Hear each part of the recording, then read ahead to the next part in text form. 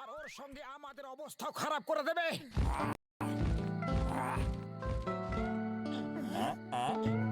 ছোটু, ওটা তোমারই মতো কোনো ডাইনোসর হবে? এই পৃথিবী তোমার উপযুক্ত নয়। তুমি যাও, নিজের জগতে চলে যাও। একবার আমার বুকেও এসো, মন তো চাইছে না, কিন্তু বাই বাই ছোট, বাই।